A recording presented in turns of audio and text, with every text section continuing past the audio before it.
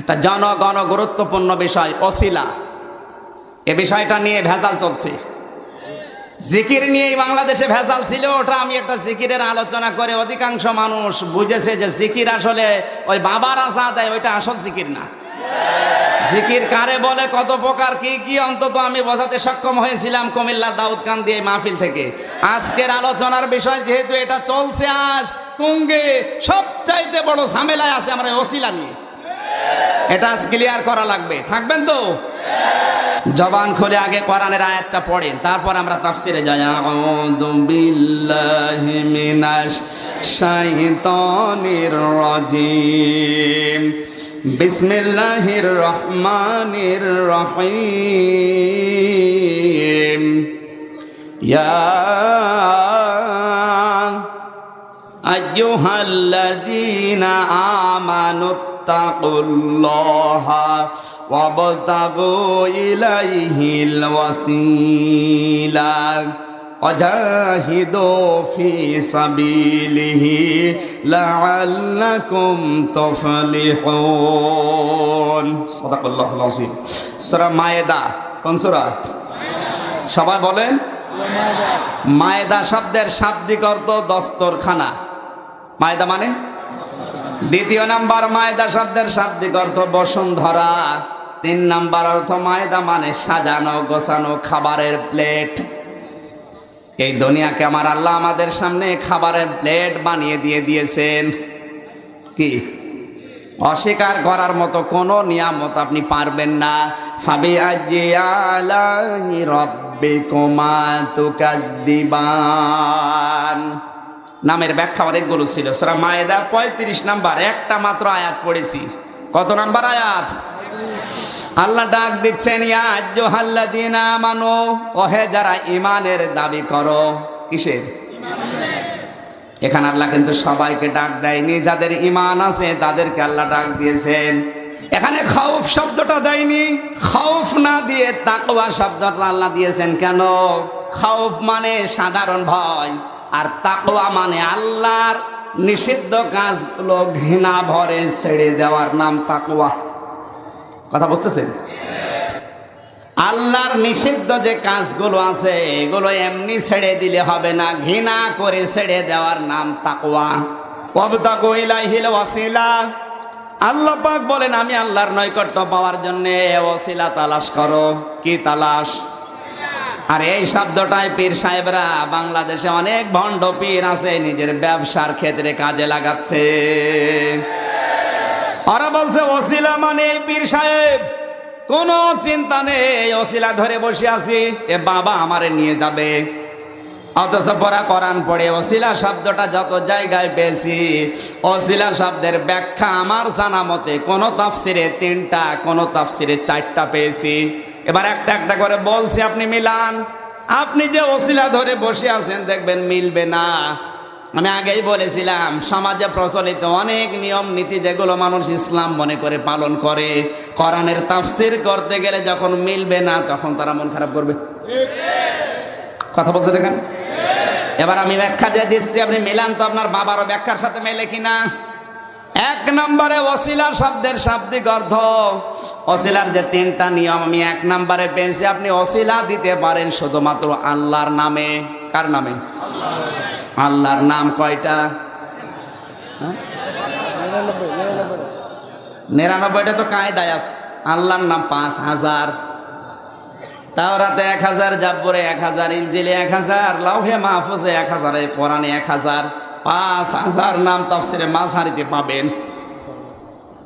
আপনি আল্লাহর নামের ওসিলা দিতে পারবেন। মাঝে মাঝে বলেন, রব্বুল আলামিন, আমি ছাড়া তোমার হাজারো গোলাম আছে, কিন্তু তুমি ছাড়া মাফ করার কেউ আমার নেই। তোমার নাম যেহেতু গাফফার, এজন্য তুমি গাফফার নামের ওসিলায় আমারে মাফ করে দাও। আমার আল্লাহর নাম সাত্তার, এমন কোনো অপরাধ নেই আমি যেটা করি না, যদি আমার শরীরে লেখা থাকতো মানুষ আমাকে এখানে না কুকুরের মতো ঘৃণা করতো। তুমি যেই কায়দা সাত্তার নামের ওসিলায় গোপন করে দিয়েছো, কিয়ামতের কঠিন ময়দানে কোটি কোটি মানুষের সামনে তোমার ওই সাত্তার নামের ওসিলায় আমার গুনাহগুলো তুমি গোপন করে দিও। এরকম 5000 আছে, তাহলে ওসিলা শব্দের 1 নাম্বার পেলাম। ওসিলা দেওয়া যায় কার নামে? আর জোরে, জোর হলো না। 2 নাম্বার, ওসিলা দেওয়া যায় নেককার জীবিতদের নামে। এটা নিয়ে একটু ভেজাল আছে বাংলাদেশে, বিশেষ করে পাশে চাঁদপুর, এরা বেশ ভেজাল লাগায় বেশি। এদের ওসিলায় শুধু আব্দুল কাদের জিলানী। অথচ ওসিলা শব্দের 2য় ব্যাখ্যা হচ্ছে আপনি ওসিলা দিতে পারবেন জীবিত নেককার যারা তাদের নামে। আব্দুল কাদের জীবিত? আসতে বলেন। হযরত ওমর ফারুক রাদিয়াল্লাহু তাআলা আনহু, মদিনা অনেকদিন বৃষ্টি বন্ধ ছিল, তিনি নবীর চাচা হযরত আব্বাসের হাত ধরে নিয়ে গেলেন ওহদ পাহাড়ের পাদদেশে।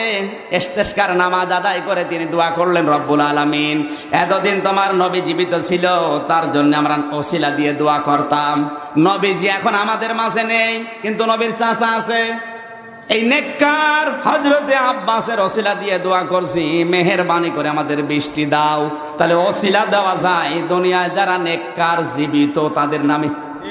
আর বাংলাদেশে হাজারো মানুষ মরা পীরের নামে ওসিলা দিচ্ছে। এবার যদি বলেন তাহলে নবীজির নামে হযরতে আদম যে ওসিলা দিয়েছিল, হ্যাঁ আমি বলেছি ওসিলা শব্দের 4টা ব্যাখ্যা আছে, কোনোটাই 3টা।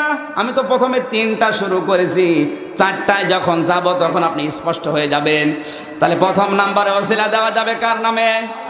2 নাম্বার, দুনিয়ায় যারা জীবিত আর নেককার তাদের নামে। 3 নাম্বারে ওসিলা আপনার জীবনের যে নেক কাজটা আল্লাহর ভয় করেছেন ওই নেক কাজের ওসিলা দেওয়া যাবে। কথা বুঝতেছেন? এবার বলেন কারো কোনো প্রশ্ন যদি থাকে। আমি যা বলছি সব পড়ে এসেছি, আর আপনার বাবা যা বলে অমক পীর সাহেব আমার ওসিলা, ওটা ওর বানানো। এই কথা বলছে না কেন? এবার আসেন এই 3টা ওসিলার ব্যাখ্যায় যাই। 3 নম্বরে, জীবনের নেক কাজের ওসিলা দিয়ে কেউ যদি আল্লাহর কাছে দোয়া করে, আল্লাহর নবী জানিয়েছেন ওই দোয়া কবুল হওয়ার সম্ভাবনা 100 ভাগ। এর ব্যাখ্যায় আমি একটা হাদিস পেয়েছি, বিশ্ব নবী মুহাম্মদুর রাসূলুল্লাহ সাল্লাল্লাহু আলাইহি ওয়াসাল্লাম মসজিদে নববীতে ফজরের নামাজ আদায় করে ঘুরে বসলেন।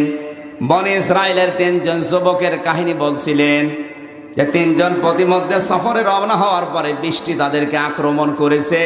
বৃষ্টির কবল থেকে বাঁচার জন্য এক পাহাড়ের গুহায় তারা আশ্রয় নিয়েছে। আল্লাহর ইশারা, উপর থেকে বৃষ্টির ঝাপট লাগার পরে একটা পাথর গড়তে গড়তে পাহাড়ের মুখে আটকে গেছে। এত চেষ্টা করে 3 জন, কিন্তু পাথর নড়ে না। শেষ পর্যন্ত ওরা সিদ্ধান্ত এই ফেলেছে যে আমাদের আর বাঁচা সম্ভব না, কারণ আলো বাতাস বন্ধ। কেউ চিৎকার দিলে এখান থেকে বাইরে আওয়াজ যায় না। 3 জন মিলে পরামর্শ করছে, এক কাজ করো, জীবনে যার যে নেক কাজ আছে আল্লাহর ভয়ে ওই নেক কাজের ওসিলা দিয়ে দোয়া করো, দেখা যাক কি হয়। একজন দোয়া করছে, রব্বুল আলামিন, আমি একজনকে কর্মকার নিয়েছিলাম, কামলা, কিন্তু সে টাকা না নিয়ে চলে গেছে। তার এই শ্রমিকের এই টাকাটা আমি নষ্ট করি নাই, কারণ আমি জানি যারা শ্রমিক এরা সাধারণ মানুষ না। আল কাসিবু হাবিবুল্লাহ, যারা কাজ করে খায়, যারা শ্রমিক এরা আমার আল্লাহর বন্ধু। আর বাংলাদেশে আমরা আল্লাহর বন্ধু মনে করি তাদের যাদের কোনো কাজ নেই, কোনো ব্যবসা নেই, বাণিজ্য নেই, চাকরি নেই, কর্মজীবন নেই, শুধু বসে বসে খায় পীরের নাম নিয়ে। কে বলেছে এটা আল্লাহর ওলি?